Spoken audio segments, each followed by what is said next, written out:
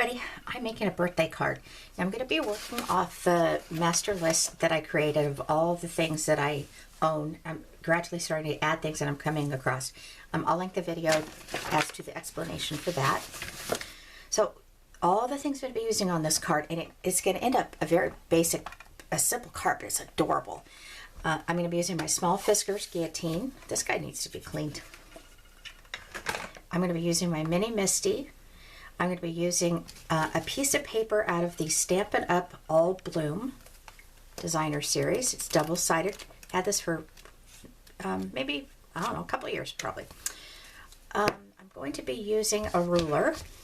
This is a good ruler to have. If you're wanting, this is my other favorite ruler. This is called a T-square. And I was introduced to this technique several years ago. This is an artist loft. It's Michael's. I will use this someday in one of my projects, and I'll show you exactly how amazing it is. This is very fine white glitter. I'll use some tweezers. I'm going to use a pigment frost white ink. This takes a little while to dry. My first idea for this card was to heat emboss, but my heat embosser broke, so I'll have to make a trip to Michael's or something. Recollections. Bone folder. I don't know why they call this bone folder. Anyway, Echo Park stamp set, Happy Birthday, and Make a Wish. I think I covered it. I also have this that I'm going to back up behind this after I stamp on it. All right, so let's go ahead and do all the cutting. This is going to be an 8.5, from an 8.5 by 11, and I cut it right down the middle. So it's going to make an A2 size card. It's awfully convenient, right? Just give that a good crease. All right, since I'm going to be using that pigment ink, I'm going to do the stamping on the inside of the card first. I just don't want, doesn't matter, I guess. I want it to start to dry while I put the other part of the card together. All right, let's grab the Make a Wish.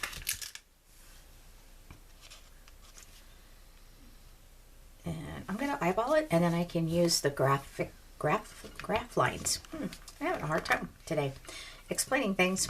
Yeah, it's all even. Just give this a little bit of white ink.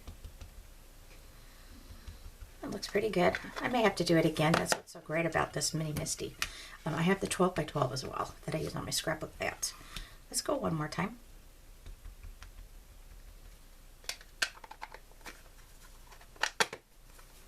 Use that again in a little bit. Nice. Okay. I'm going to set this right there and let that dry. Grab a little baby wipe here and clear that off. All right. Go back to you in a minute, little mini Misty. All right, let's bring in the little Fiskars. Now, this is a 4 by 6, as I said. So, I'm sorry, it's not 4 by 6. It looks like it's 4.5. Huh. I just noticed that. I'm going to go ahead and cut this down to 4 inches. The A2 size card is 4 1/4, so I'm just going down about 1/4 inch by 5.5. And we are done with that. All right, I'm going to keep this in here. So what I'm looking for, I actually don't like the color with that. Let me see if I can find something real quick. And my little scrap bin down here. See if I can find something that looks better. I just pulled out a bunch of them. Yeah, maybe something darker. Looking for like that blue-green color.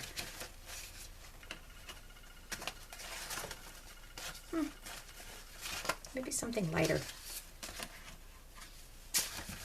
Yeah, I'm going to go with this mint greenish color. All right, let's put this back. Let's go. What am I saying? I'm sitting right here. And we're going to go ahead and measure this out. Now, how I did this to know that it was going to fit and it was the right size, so I just basically took my ruler and I measured the stamp. It's 4 inches. So I'm going to cut my scrap here a little bit bigger than 4. I'm just doing like 4 1/8. And then the height of the stamp is, the longest part I would say is about 1 3/4. So let's go 1 3/4 and then up just a little. All right, let's see if I got that right. Bring in the Misty. Okay, we're gonna have to cut a bigger piece of that. I guess I wasn't totally prepared, was I? Okay. It just to me looks like it's too small, but I guess not. Look at that. I believe that's about where I want it. Let's go over just a little bit. And looks even. Boy, 2 times in a row I did good. Get out my color box. Again, I'm using the white pigment ink. With this, it's a very squishy ink pad, so you don't want to push down real hard with this. You just have to kind of tap it.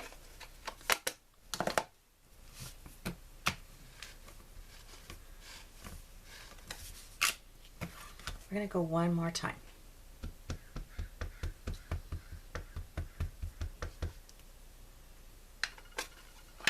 I may even go a 3rd time. It's not going to be that important. What needs to happen is to make sure that I take it out right away while it's still wet. Make everything fall down in front of the video. No, I'm just kidding, not that step. And I'm going to grab my my glitter, and I'm just going to sprinkle. I'm not too concerned about making sure that it's covering up the whole thing. I really wanted to use my heat embossing, but my heat embossing tool is broken. All right. I'm just going to shake that off. And look how beautiful that is. Oh my gosh. I just love it. I'm going to set this aside because glitter can be a mess.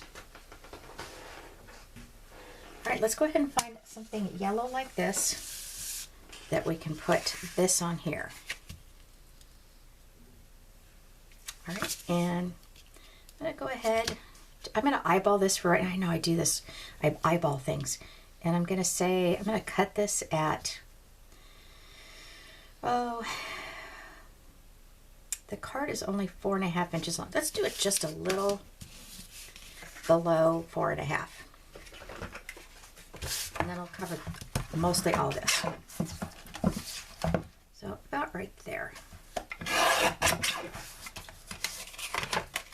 And then it was 1 3/4 here, so let's give it 2 inches. This is going to be the layer behind this.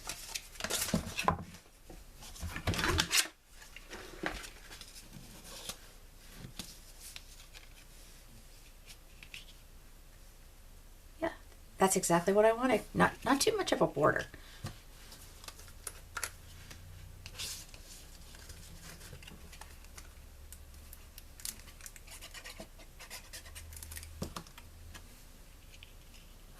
I love this sparkly.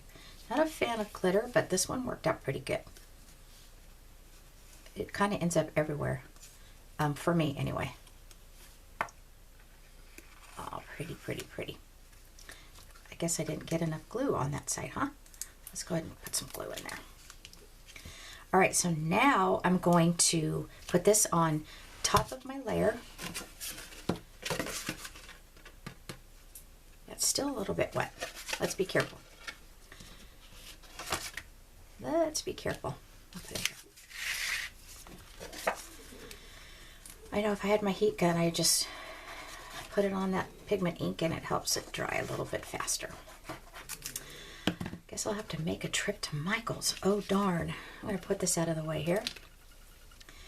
Actually, nowadays I love going to Michael's, but I just have it. I don't go out very much anymore.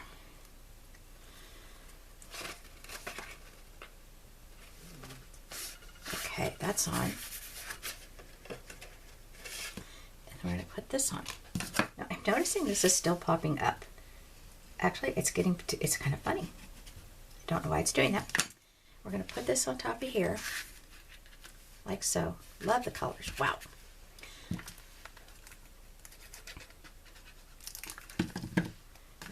going to put it up, not at the top, not in the middle, like 3/4 of the way down.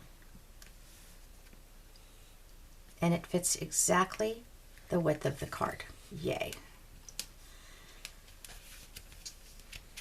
Okay, check on that. Got a little bit right there, but it's okay. All right, so this very last step is the nouveau.